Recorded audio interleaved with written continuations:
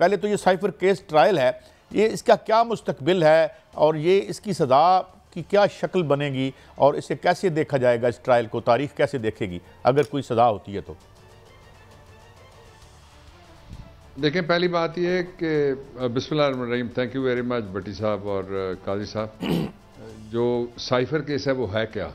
वो ये है कि एक केबल आया था, उस केबल में एक धमकी आई थी। उस धमकी को सारे इदारों ने बैठ के कहा कि इनएप्रोप्रिएट लैंग्वेज है, ऑफेंसिव लैंग्वेज है। उसके ऊपर एक दफ़ा नहीं बल्कि 2 दफ़ा डिमार्श किया गया। अमेरिका को नापसंदीदगी का शदीद इजहार जो डिप्लोमेटिक लैंग्वेज में होता है उसको कहते हैं ये। अब ये चीज़ जो वज़ीर आज़म है चीफ एग्जीक्यूटिव की हैसियत से ये रूल्स में लिखा हुआ है, वो इस बात का पाबंद है कि अगर कोई ऐसी चीज़ आती है जिसका उसके इल्म में ड्यूरिंग द वर्किंग, तो वो जिस चीज़ से मुल्क की सलामती को या उसकी इंटेग्रिटी को किसी तरह से भी कोई चैलेंज हो या कोई थ्रेट हो तो वो पब्लिक के सामने रखेगा। पब्लिक के सामने ये कहना कि डोनाल्ड डू के ज़रिए से ये गुफ्तगू हुई है और पाकिस्तान को थ्रेट आई है, उसकी इलेक्टेड गवर्नमेंट को हटाने के लिए फरमाइश आई है, ये गद्दारी नहीं हो सकता। इसलिए साइफर केस की बुनियाद ही कोई नहीं है। This is number 1। दूसरा ये है कि जो साइफर केस है वो डी साइफर हुआ, एक दफ़ा नहीं एक से ज़्यादा दफ़ा हुआ, कैबिनेट के जरिए से वो डी साइफर हुआ था। ये उसी तरह का केस है जिस तरह से जनरल मुशर्रफ के जी सिर्फ उसको ही हमने प्रोसिक्यूट करना है जो नवाज शरीफ साहब ने जब प्रोसिक्यूट कराया था, तो जो उस वक्त के जिन्होंने जो लॉ मिनिस्टर था वो भी वहाँ पे नहीं था, काबीना वाले भी मौजूद नहीं थे, अटॉर्नी जनरल भी मौजूद नहीं था कि एक आदमी ने उस जिस सियासी जज का मुकदमा था उसको हटा दिया था। ये इसकी दूसरी बुनियाद। तीसरा है कि साइफर केस, इससे आगे चलें कि क्या पाकिस्तान में इससे पहले कभी कोई साइफर आया जिसको पब्लिक किया गया हो? हाँ, जुल्फ़िकार अली भुट्टो के ज़माने में जब वाइट एलिफेंट वाली उनको धमकी मिली थी तो वो लेके हाथी चौक रावलपिंडी में चले गए थे और जीप पे खड़े होकर उन्होंने खिताब किया था। सारी दुनिया के अंदर ये रिवाज है कि जो कस्टोडियन ऑफ द कंट्री है उसकी सॉवरेंटी एयर, सी और ज़मीन के ऊपर है, जब उसको पता लगता है वो चीफ एग्जीक्यूटिव वो मुल्क का, तो वो पब्लिक को वो बाकायदा बताता भी है और उनको एतमाद में भी लेता है। दूसरा क्या तरीका है पब्लिक को बताने का? एक एक को तो फ़ोन करके नहीं बताया जा सकता। तो इसलिए ये केस है एक सियासी, ये उन 200 मुकदमात तकरीबन 200 मुकदमात में से एक है जिनकी कोई बुनियाद नहीं है सिवाय इसके कि मैं आपको आखिरी जुमला इस पर मैं कहना चाहता हूँ, बड़ा इंपॉर्टेंट जुमला है काजी साहब, भट्टी साहब। पहली बात, जेल एक है, उसी के अंदर जिस्मानी रिमांड है। जेल एक है, उसी के अंदर जुडिशल रिमांड है।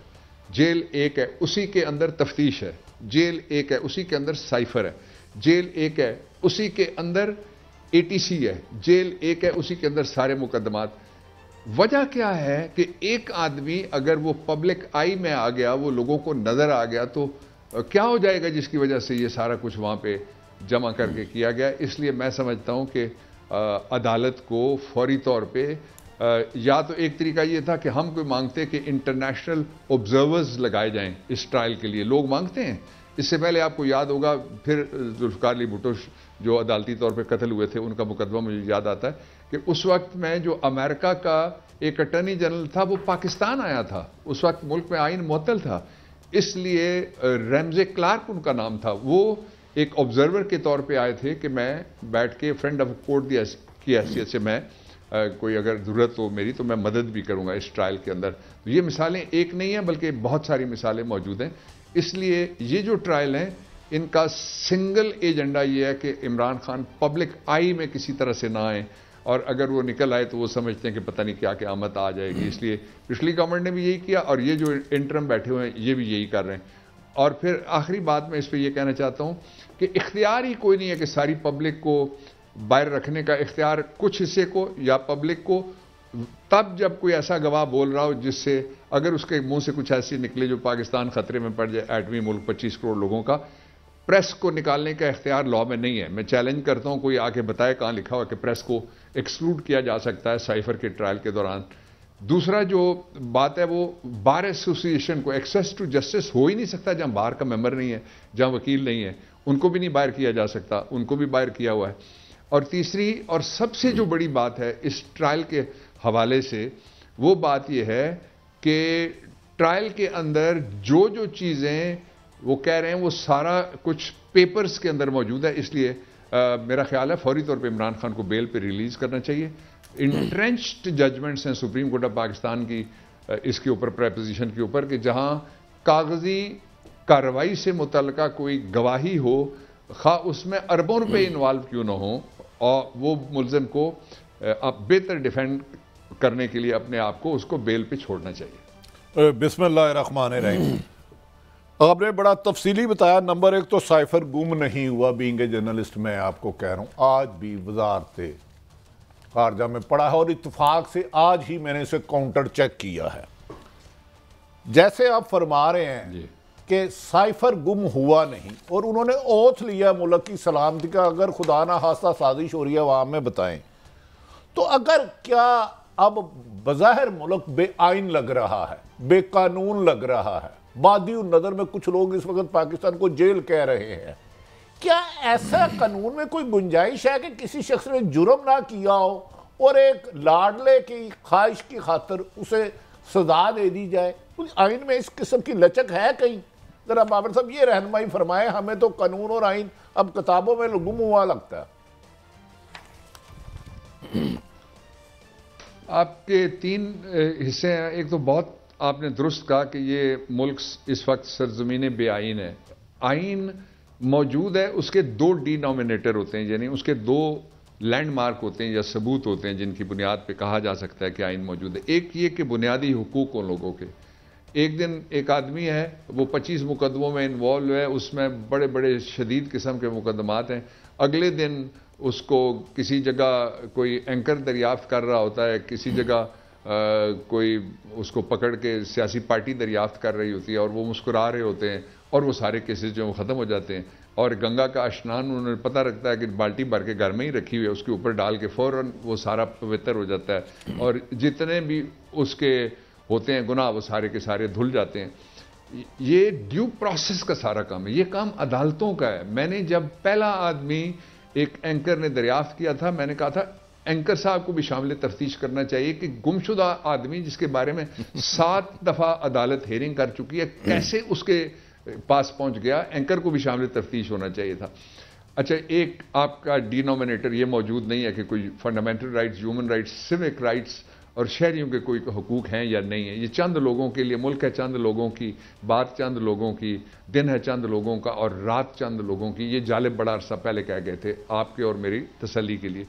दूसरा जो आपने सवाल किया कि क्या आइन में किसी की फरमाइश के ऊपर कोई कार्रवाई की जा सकती है, आइन में ये बात लिखी हुई है कि कोई शख्स भी जो ही उसके खिलाफ कोई कार्रवाई होगी तो वो पहली बात यह है कि वो डिग्निटी ऑफ मैन आर्टिकल 14 है, उसके मुताबिक वो ओपन कार्रवाई होगी। उसका सबब यह है कि जस्टिस सिर्फ होता हुआ नजर नहीं आना चाहिए, बल्कि किया करता हुआ नजर नहीं आना चाहिए, बल्कि होता हुआ नजर, justice should be seen to have been done. तो ये शर्त भी मौजूद नहीं। इसका मतलब यह है कि मुल्क में निज़ाम मौजूद है, एक एहतमाम मौजूद है, लेकिन वो गैर आइनी है, वो मावराए आइन है। और इसका जो तीसरा डिनोमिनेटर है, पाकिस्तान में ये पहली दफ़ा आया है, ये सारी दुनिया में इसका कोई दूसरा सबूत नहीं ढूंढा जा सकता। वो ये है कि जिनके लिए लिखा हुआ है कि ये 90 दिन बैठेंगे, उनको साल साल हो गया, कोई पूछने वाला ही नहीं है। और जो अदलिया है, जहां अगर कोई फैसला होता है वो कोई मानने वाला ही नहीं है। यानी जिस मुल्क के अंदर लास्ट आर्बिटर अगर कोई झगड़ा हो जाए फेडरेशन के लोगों के दरमियान, हुकूमत और फर्द के दरमियान, रियासत और शख्स के दरमियान हो जाए, तो कौन उसका फैसला करेगा? उस वक्त ताकतवर फैसला करेगा? नहीं, वो तो फिर अदालत में जाना पड़ेगा। अदालत को वो मान नहीं रहा। अब ये जो दो चीजें आपके जवाब के बाद जो मैं आपको सीक्वेंस बताता हूं कि नवाज शरीफ की साहबजादी मादाम मरियम नवाज साहिबा ने ये कहा हुआ है कि पहले लेवल प्लेइंग फील्ड होगा, नवाज शरीफ तब आएगा। दूसरे, इमरान खान को गिरफ्तार किया जाएगा। तीसरे, उसको प्रोसिक्यूट किया जाएगा। चौथे, उसको सजा दी जाएगी। पांचवें, उसको कैद तन्हाई में रखा जाएगा। ये सारी की सारी फरमाइशें पूरी करने के बाद मैं कहता हूं, मैं और कुछ नहीं कह सकता, तो मैं इतना कहना चाहता हूं कि खुदा का खौफ करें, सदा बादशाही उसकी है और उसी का ये इरशाद है कि वह यबका वजहू रब्बी का जुल जलाल वल इकराम, और उससे पहले है कुल्लु मन अलैहा फ़ान। ये औहदे भी फना होने वाले, ये टर्म जो मिलती है वो भी फना हो जाती है, गवर्नमेंट इलेक्ट होती है वो भी फना हो जाती है, सर्विस में लोग आते हैं, आके बैठते हैं, बाबर साहब